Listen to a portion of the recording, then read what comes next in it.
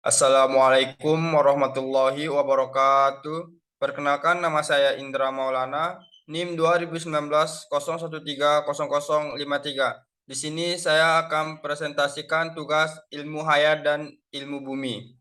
Next.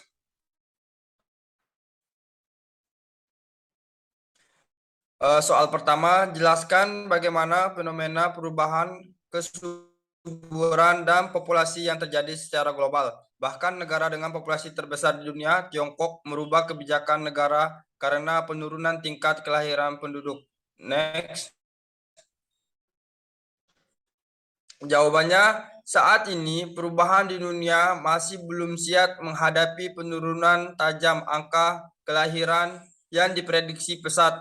Akan berdampak akan sangat mengkhawatirkan bagi masyarakat. Menurunnya tingkat kesuburan berarti populasi di hampir setiap negara dapat berkurang pada akhir abad.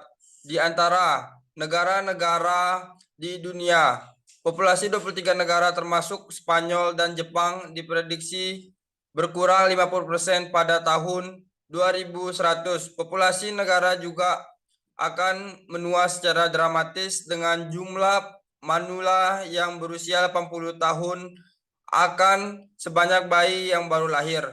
Tingkat kesuburan rata-rata jumlah anak yang dilahirkan seorang perempuan tengah mengalami penurunan. Akibatnya, periset memperkirakan jumlah populasi dunia akan mencapai puncaknya pada sekitar tahun 2064 dengan 9,7 miliar orang sebelum turun ke 8,8 miliar pada akhir abad. Itu adalah hal besar.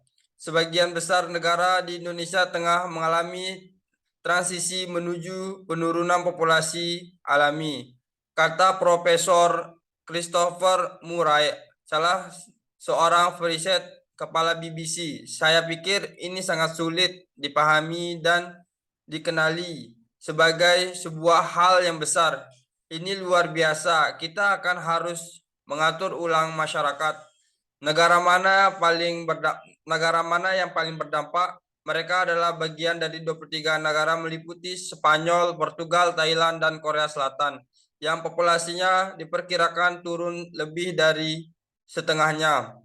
Mengapa ini menjadi masalah? Populasi dunia yang lebih kecil akan mengurangi emisi karbon dan deformasi untuk lahan pertanian dan akan memiliki struktur usia yang berbalik lebih banyak. Orang tua berkembang, anak muda, dan semua konsekuensi negatif yang akan timbul dari struktur usia terbalik.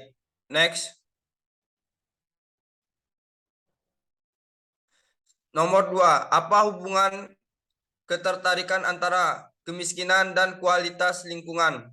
Jelaskan menurut fenomena asal daerah Anda, bagaimana tanggapan Anda untuk menyelesaikannya. Next.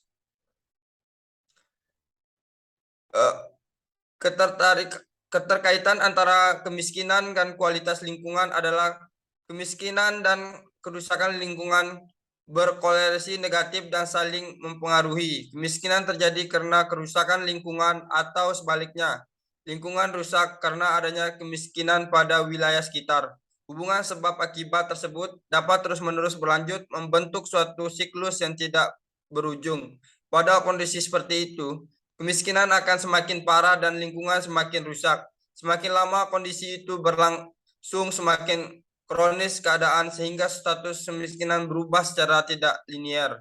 Dari miskin ke lebih miskin dan akhirnya miskin sekali atau sangat miskin. Demikian pula kecenderungan yang sama juga terjadi juga pada kerusakan lingkungan. Hal ini ditandai dengan aktivitas dan kehidupan manusia yang melebihi kapasitas alam.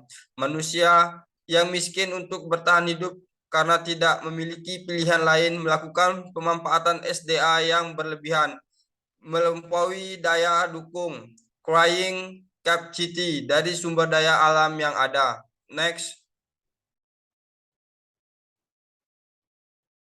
Fenomena yang terjadi pada daerah saya yaitu pada tahun 2018 produk NTB lebih dari 700.000 masih hidup di bawah garis kemiskinan dengan penghasilan kurang dari 2 juta US dollar per hari. Bahkan angka kemiskinan provinsi NTB masih lebih tinggi dari rata-rata angka kemiskinan nasional.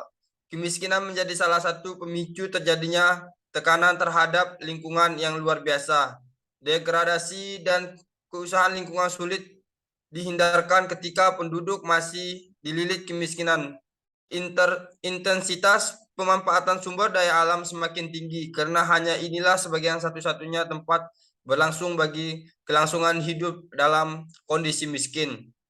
Untuk menyelesaikannya dengan memperbaiki keadaan untuk meningkatkan kesadaran secara menyeluruh bahwa seluruh aktivitas kita di alam ini dalam rangka memanfaatkan potensi SDA harus dilakukan secara bertanggung jawab dengan menggunakan kelestariannya. Apabila kaidah-kaidah kelestarian alam ini kita abaikan, maka akan tiba saatnya alam ini membalasnya dengan bencana, dan apabila hal tersebut terjadi, maka akan semakin banyak kerugian yang diperoleh manusia, baik sebagai akibat dari bencana tersebut maupun akibat dari kerusakan SDA yang secara berlangsung berkontribusi pada menurunnya produktivitas lahan yang diindikasikan oleh hilangnya unsur hara dan tanah maupun semakin menipisnya ketersediaan air tanah. Next. Nomor 3, mengapa hewan besar dan ganas itu langka? Apa kaitannya dengan piramida makanan? Next. Pertama,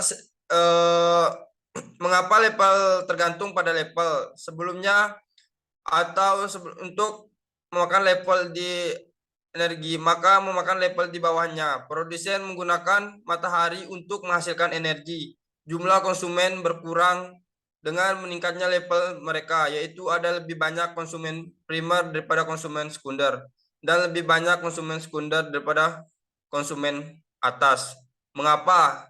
Setiap tingkat berturut-turut menghabiskan lebih banyak energi untuk tetap hidup, jadi perlu lebih sedikit dari setiap tingkat untuk tidak sepenuhnya mengonsumsi tingkat sebelumnya. Jika ada lebih sedikit rumput, seluruh piramida akan berkurang ukurannya. Hewan yang ganas dan besar menggunakan banyak energi. Oleh karena itu, mereka perlu lebih sedikit untuk menjaga keseimbangan alam. Apa yang terjadi ketika Anda memasukkan sektor eksotis ke dalam ekosistem? Mungkin memakan hampir seluruh tingkat di bawahnya. Tidak dapat memakan tumbuhan. Ia akan mati, yang kemudian dapat meningkatkan tingkat asli yang hampir memusnahkan. Dalam kasus terbentuk, seluruh level dapat dibatasi dengan memperkenalkan konsumen asing. Next. Sekian presentasi dari saya. Wabillahi taufiq wal hidayah. Wassalamualaikum warahmatullahi wabarakatuh.